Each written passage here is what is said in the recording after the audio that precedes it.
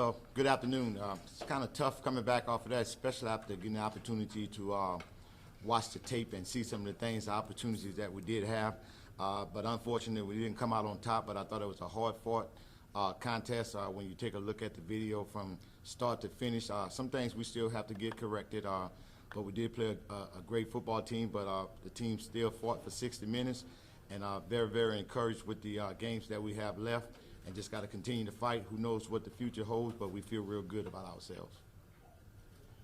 Coach, from looking at the game tape, especially considering the Jackson State game the week before, 2 consecutive games of poor offensive performance, are there personnel changes that you think need to be made? Absolutely not, because you say poor offensive performance, but we led the whole contest with the most yards. So just what do you judge poor performance, I should say. I thought we missed some missed opportunities, but as far as the performance, I thought it was well. So I guess one would just have to take a look at the tape and see what we see. Well, when I say poor performance, I'm talking about red zone chances that you didn't have. You didn't perform when you got to the red zone. You had to settle for field goals, and even though you didn't score enough points. But I'm not just talking about quarterbacks, but other positions. Are y'all taking a longer look at people at different positions on offense other than quarterback? No, we're going to keep our game plan. Why change something? I mean, when you think of situations, you're talking about one game or maybe 1.5 games or maybe 2 games, but maybe no games for the guys.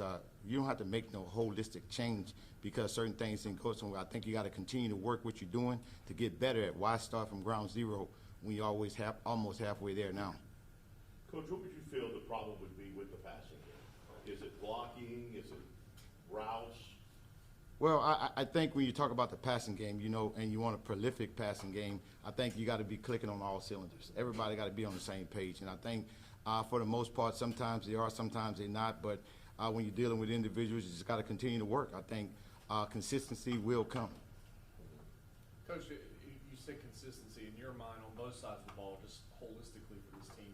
What do you think are the causes for the dips and the waves of the consistency throughout the year? Well, the thing is about that right there, I think you just got to continue to work at it. You never know which way it's going to go up. We're going to always be prepared, I would say that. And then for the most part, I don't, when you say consistency, my thing is I'm always work for perfection. But I don't think that a lot of guys are inconsistent. I think it just take maybe 1 or 2 things to make it inconsistent. But the guys are working hard and doing some great things. It's always so easy to point those things out when you didn't gain that victory. But, I just always recall back when you have victories, everybody talking about how well certain guys are doing. It's the same guy. Nothing changed, just a different game. It sounds like to me that the guys are doing what you asked. They're executing the game plan to the best of their ability. Just it's circumstantial maybe. It's the game. It's the opponent. I mean, what exactly is it? I never say it's the opponent. I just think some things are timely. Some things you just got to continue to work at. Some things go well. Some things don't. But the one thing that we're going to do, we're going to hold our head. We're going to hold our head up. We're going to keep grinding and make sure that we fix those things that need to be fixed. Coach, how disappointing is it this late in the season when you see guys, still jumping off sides and sustaining drives this late in the season? Well, that's going to always be disappointing because that's some things you work on, and sometimes it doesn't matter how long you work at it. I mean, you can look across the country. I'm only concerned with what we do. Those things happen. Those things are part of the football games, and that's why we have those certain type situations that we go through. But those guys are working. I'll never put it on a player. Just say that's the coach. I need to get better. What's the message in the locker room now, moving forward, trying to regroup and get back on track to maybe still make the SWAC championship? Always the same message. We don't know that. We don't know what the future holds, but we still feel good and hopeful that something can take place. But we're going to fight. We got a game. It's a big game. Everybody don't think it's a big game because things are not, I guess, in place, but it's always a big game because it's the next game. So we're going to prepare. We're going to go out. When you talk about a Southern University, you talk about a lot of pride. And so I think those guys are going to go out and fight and understand who they play for. What is it about playing on the road that's kind of been a thorn in you guys' side? Again, is it just who you're playing, the matchup? What is it about playing the road that's giving you guys so many problems? Again, it's never the matchup. I'll reiterate that. It's never the matchup. I think it's just seemed to be falling that way right now, that on the road, because you can't say that, because on the road we had a fantastic one game against a tough opponent right now. So it's just something that took place. I think the guys understand where they are. We understand as a coaching staff what we need to do and the things that we're working on. What's going to be the challenge going up against a team like Valley that is as desperate as y'all are? That you said it. Both teams are hungry for a win. There's no question about that. It's going to come down to what guys going to execute the best, have high execution. I feel real good about what we're doing. The game plan is in. Guys been working, and we understand what we need to do to get back in that W column. Is it hard to get your guys to not press? You know, you're right here towards the end. There's still a lot to play for. Is the message not to press, but just stay within yourself? Absolutely, because we preached that from day one. It's never about what was ahead of us. What we're facing now is always about just going 1-0, and that's all we can see. Although we talk about the same thing as far as being on the scoreboard, we don't look at the score. We just wait till the end of the game come to find out what we're doing and how we did. So they're not going to press. We're not going to press. They've been coached up to do it that way, and I think they've done a great job thus far. Now we just got to continue to try to go 1-0. Coach, when you address offsides penalties that have been happening all year, what exactly does the coach say to the player? Well, I guess you have to be in that locker room and find out what I say to my players, but we coach it up. I mean, it's no different than that person that continued to make that mistake. You got to keep coaching it up. Sometimes you got to do it in a different form, a different way to make sure that they understand what's going on.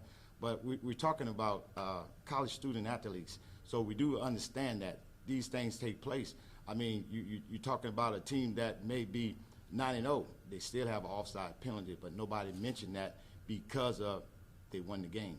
A lot of teams don't have three, though, and two back-to-back, and right when it looks like, in a situation that's really crucial, it costs you 4 points. Well, I never debate, go back and forth about that. I mean, whoever say the last word can be right, so that really doesn't matter to me. I know they've got teams right now, and I'm only concerned about Southern University, but they got teams that's probably undefeated that win in double-digit penalties, same penalties, but that's something that you coach. That's why it's called coaching. That's what you got to work on those guys and continue to work. And no question about the Jaguars, they're going to get better. So that's what my original question was, what kind of words do you use to try to encourage players not to jump off sides? I kind of made it clear. I say you probably have to be in that locker room to find out what words, how we go about correcting those type things. It's always an issue because we want to perfect everything. So we make sure we work on our craft to get better. Coach, how does Valley look on film? They look good. There's a team that fly around. They've always been great defensively. They got a quarterback back now that they're playing well. So, of course, those guys going to come with confidence. We all know the old saying, any given Saturday. So we understand what we're up against. And I said it again, this conference is well put together. So it's always a challenge. You feel like Bichon had the opportunity last Saturday to take enough shots down the field? Yeah, we took our chances of taking some shots downfield. Did we connect on all of them? Absolutely not. I mean, we know the outcome of it, but, I mean, he's working at it. He's getting better. We know that he can make that throw because he's done it several times because we had that conversation once before. How do you feel like your defensive backs are at right now in the season? Those kind of their two toughest quarterbacks that they were going up against. Where do you feel like they stand? I thought for the most part they did a great job. We're aggressive, and we're gonna get in your face and do a lot of different things. And some things took place to where it didn't bounce our way, but I love our chances with our defensive back. I think they're gonna always play well, and I think those guys are gonna accept the challenge. Going against a team that throws the football, that's what you want to see, but it's more than just the defensive backs. And I think a lot of folks don't understand the whole piece of that puzzle right there. You can have the greatest defensive back in the world. If you don't get pressure, it makes no difference of how good that guy is. You only can cover for so long. So what I'm saying is to take 11 pieces to make one. Going off of that, is it a big difference not having Benny McRae out there? No, I of course you always like a good player to be around, but I think the guy that came in for him, I think he's doing a great job. Coach, with Bichon, the games that he struggled, are you noticing defenses doing similar things, the same types of schemes, coverages? Are you When he does struggle, here's the thing: it's not something that the defense is doing to make him struggle. It's just some things that we're not executing on. Coach, is Jordan Lewis going to be available for the final 2 games this year? He hasn't played hardly at all. I don't think he played at all the other day. Jordan Lewis is always available, so we're doing some things with him to make sure. It's always about the best interest of the student athletes to make sure that the health is 100% as best as possible. So Jordan Lewis, but I never discuss injuries or things of that nature. And at this point in time, being the 10th game of the season, most folks know I don't talk about injuries. Is Gerard Sims going to play in the last 2 games? Again, I can say it in so many different ways. I don't discuss injuries. I have to ask. Any other questions for Coach Dooley? Thank you, Coach Dooley. You're welcome. You know I'm not going to discuss injuries. So why change it? Coach, I have to I'm never ask. going to discuss injuries. But I have to ask. And I have to tell you. I know, and that's why I asked.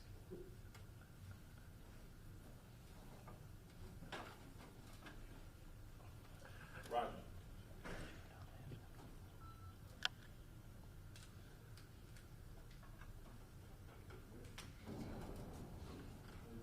Will, we got some students coming? You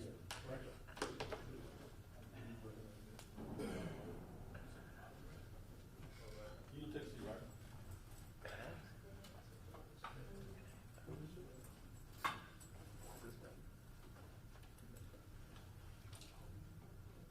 First up, number 26, starting cornerback, Rodney Johnson. I like the kicks. Appreciate it. They're Crocs. Some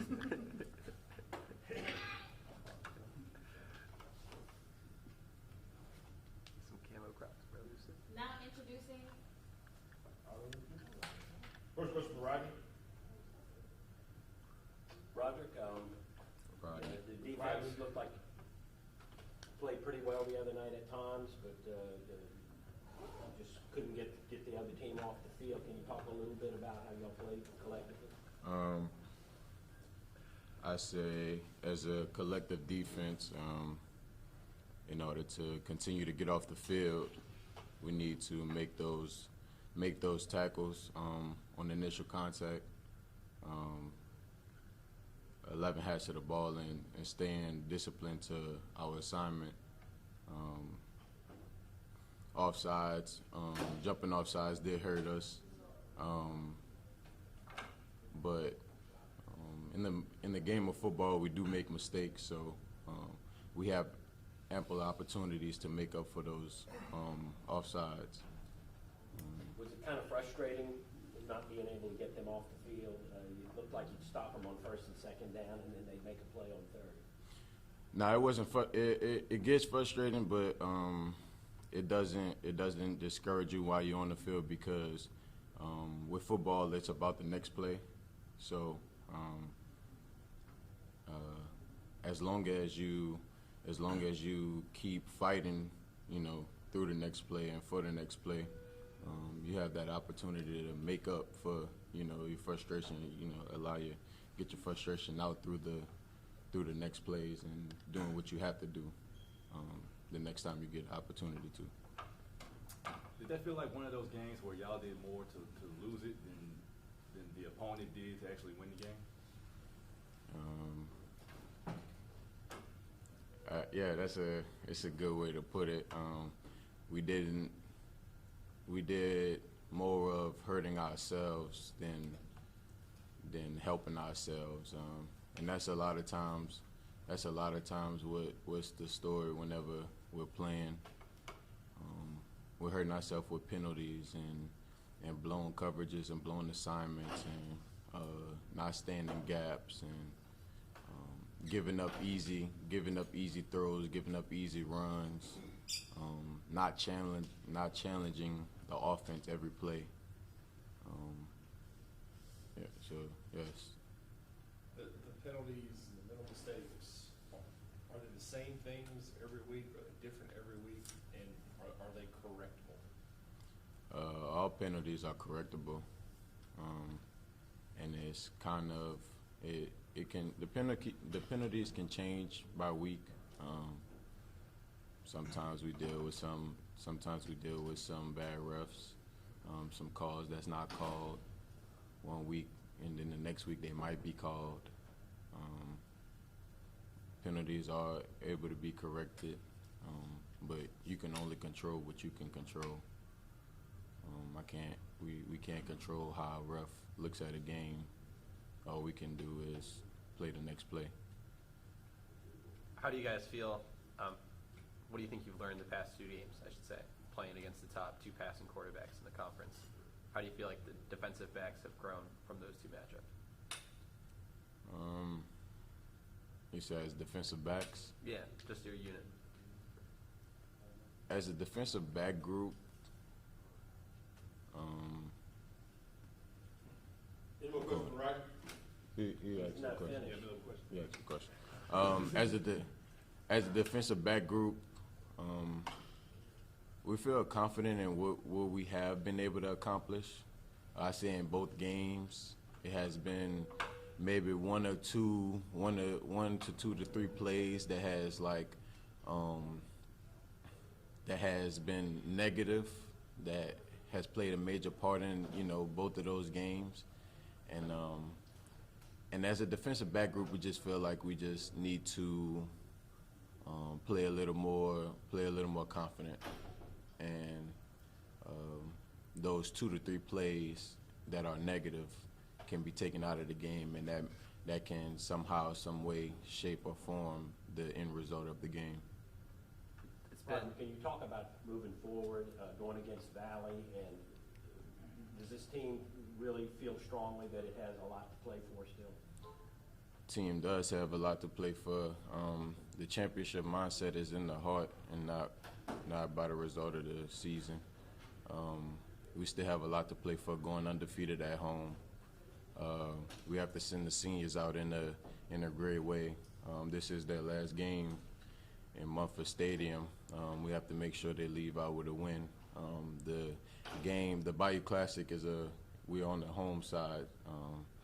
So we have to send those seniors out. That's the last time those seniors will be able to play in that game as well. Our hopes are high. Yes, we hope for other teams to lose so we'll be coming back in that driver's seat and still play for a SWAC championship. But if not, we are still going 1-0 every week.